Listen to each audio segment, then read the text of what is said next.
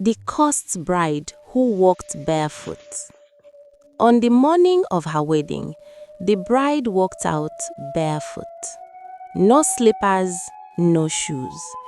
And before the sun could set, madness would claim her. Let me take you to where it all began. Oluchi and her two sisters, Chidinma, Adaora, and Oluchi, the youngest, lived with their parents, Mr. and Mrs. Chukwudi, in Ofuo community. Oluchi, the youngest daughter, was dark-skinned, tall, and soft-spoken. She carried her father's calm eyes and gentle nature. Adaora, the second daughter, was beautiful and graceful, bearing a strong resemblance to her mother. Chidinma, the first daughter, was strikingly beautiful in her own unique way. Each sister was admired, yet behind their beauty lay a terrible secret, a curse. None of the daughters from their bloodline could get married without passing a terrifying test, and this was the test. On the day of her wedding, any maiden from their bloodline must walk barefoot. No shoes, no slippers. The groom must not know this secret until the wedding day, and even when he sees it, he must not react against it. If he did, even for a moment, the bride would run mad instantly. There was no cure. Many women from that bloodline had fallen victim. Days meant for joy turned into sorrow. Families watched helplessly as their daughters lost their sanity simply because their husbands reacted wrongly. The rule was clear. The groom might be shocked at first, but once it was explained to him, he must accept it as part of the marriage rite. Any sign of anger, rejection, or disgust awakened the curse. One of the victims was Amarachi, the sister of Chukwudi, Adaora's father. When Amarachi was to marry Okeke, the entire community gathered. Okeke was a wealthy, respected businessman with friends and partners from far and near. During the traditional marriage, Amarachi stepped forward to present palm wine to her husband.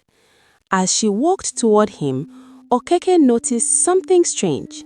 She was barefoot. Surprised, he leaned close and whispered, asking why she wasn't wearing shoes. Amarachi said nothing. Fear sealed her lips. Okeke tried to remain calm, thinking perhaps she wanted to free her feet. But as more guests arrived and the ceremony continued, he noticed she was still barefoot. Anger rose in him. An elderly man from the family pulled him aside and explained quietly that it was a family rite. He did not mention the curse because no one outside the bloodline was allowed to know. Anyone who revealed the truth would die mad instantly. Okeke's face changed. "This is not right," he shouted. "How can my wife walk barefoot on our wedding day? What will I tell my people, my friends, my business partners?" No one answered him. Amarachi stood aside, crying bitterly. Mama Chisom held her, consoling her, but Amarachi already knew what would happen. What Okeke did not know was that his reaction had awakened the curse. People whispered, "A bride who should be beautiful, why barefoot?" Tochukwu asked. "Thank God I'm not from that family," Emma said.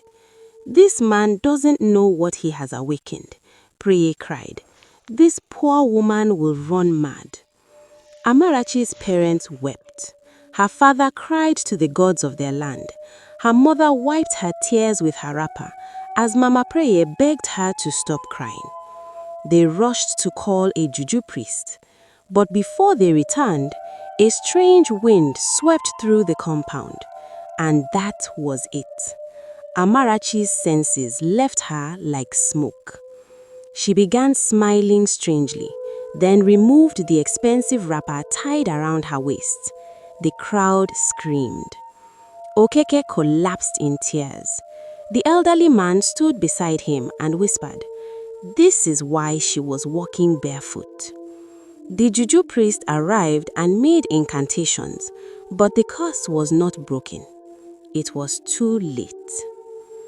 Only 2 women from that bloodline ever escaped this fate, Adaeze and Oluchi.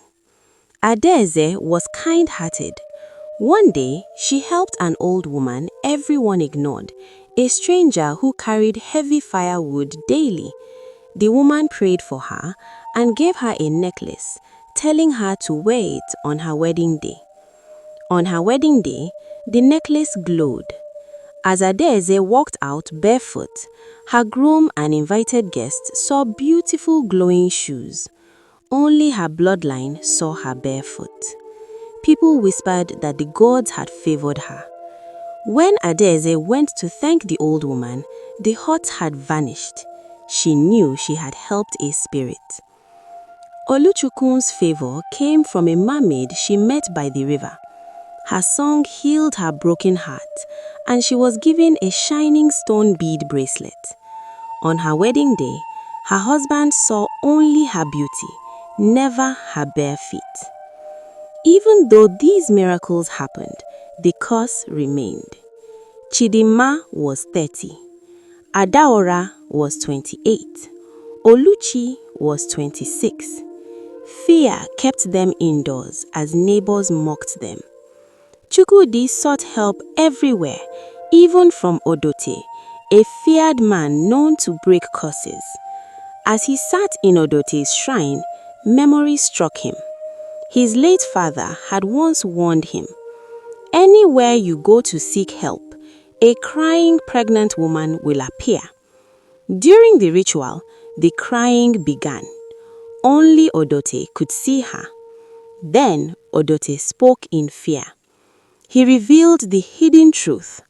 Walking barefoot would not save the men. That means it was not only the maidens. The curse affected men too. Only male children born prematurely could marry and live. Chukwudi remembered his father's words. 2 men had married. One died 1 week after marriage. The other died the next day. Both were full-term births. Before Odote could say more, the pregnant woman attacked Odote. Odote collapsed, dead. The curse began with Mr. Okoye, Chukwudi's grandfather, a feared killer called Anogbu. He murdered a crying pregnant woman who cursed him and his generations. That curse followed the bloodline. Oluchi attended a small church in Ofuo community, not a popular one or a wealthy one, but a humble place where prayers were sincere. She was more than a church member. She served faithfully. She cleaned the church, joined night prayers, fasted often, and helped wherever she was needed. Her consistency did not go unnoticed by the man of God. Many times after prayers, he would call her aside and pray specially for her. As he laid hands on her, he would say, "Daughter, do not fear. What has followed your family for generations will not end with you. God will surely fight this battle." At home, however, she was mocked. Her sisters laughed at her. "Church again," Chidinma would say. "If prayer could break this curse, it wouldn't have lasted this long," Adaora added. "I would rather remain unmarried than run mad on the streets." Their words pierced Oluchi's heart, but she kept her silence. Her father, Chukwudi, often looked at her with pity. Though he admired her faith, years of fear had worn him down. Deep inside, he wondered if she was holding on to false hope. Her mother, however, believed. Many nights, she sat beside Oluchi and said, "My daughter, I don't know how, but I believe you will overcome this. The God you serve will not put you to shame." Still, doubt tried to creep in. At times, Oluchi asked herself, can God truly break a curse that has lasted for generations? Whenever such thoughts arose, she returned to prayer, fasting more, praying deeper, and choosing faith over fear. Then came a revelation. In a dream, she saw the crying pregnant woman again. This time, a tall man clothed in a white robe appeared, gently held the woman's hand and said, "It is time to rest." The woman stopped crying. Together, they walked away and disappeared. Oluchi woke up trembling, knowing the dream was not ordinary. She told the man of God, who smiled and said, "God has shown you the end of the matter. The battle has been won." When she shared the dream with her family, her sisters laughed. "Mommy G has come again," they mocked. Her father said nothing. Her mother simply held her hand and said, "I believe you." After this, Oluchi took a bold step. She entered a relationship she had avoided for years because of fear. When the man proposed, fear returned.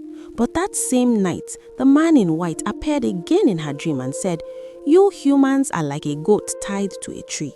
Even after it is released, it still stands there because it has grown used to bondage." When she woke up, she understood that God was speaking to her. Despite the fear, Oluchi obeyed. She got married. She wore shoes. She danced. She smiled. She did not run mad. At the end of the ceremony, her sisters rushed to her, surprise written all over their faces. "God has finally done it," they said in disbelief. Their father rejoiced openly, lifting his hands in gratitude. Tears filled his eyes as years of fear melted away. Her mother held Oluchi tightly and said, "I knew it. I knew that God you have been calling will not fail." The community rejoiced with them. Songs of praise filled the air. Neighbors, elders, and well-wishers celebrated what they had once thought impossible. Every member of the family was happy. Months later, the eldest sister got married. She wore shoes. Nothing happened. No madness, no curse, no sorrow.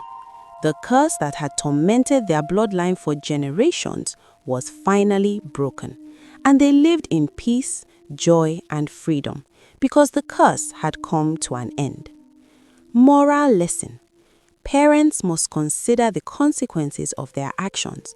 Faith, kindness, and wisdom break what fear and ignorance cannot. The end. If you enjoyed this story, please subscribe, like, share, and comment. See you in my next story.